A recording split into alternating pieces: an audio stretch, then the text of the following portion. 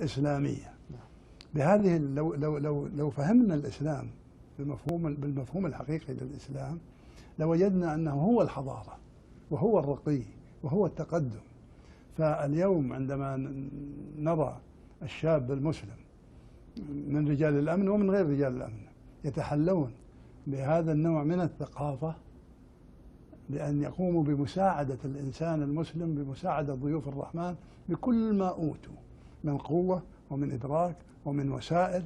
يعني أنت رأيت يعني شباب من قوات الأمن يرشون الناس بالماء ويخفون عليهم بالمهفات اللي تروي عنهم بمساعدتهم يشيلونهم. حتى أنا رأيت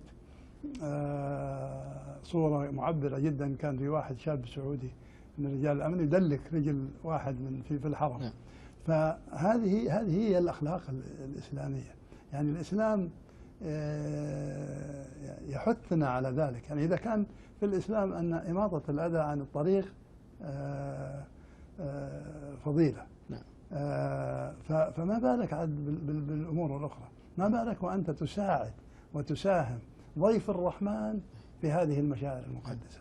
لا شك أن هناك تغيير كبير جدا في الثقافة، رقي في هذه الثقافة، وهو الثقافة المبنية على المبادئ الإسلامية الصحيحة للمفهوم الصحيح للإسلام. نعم. اسم الأمير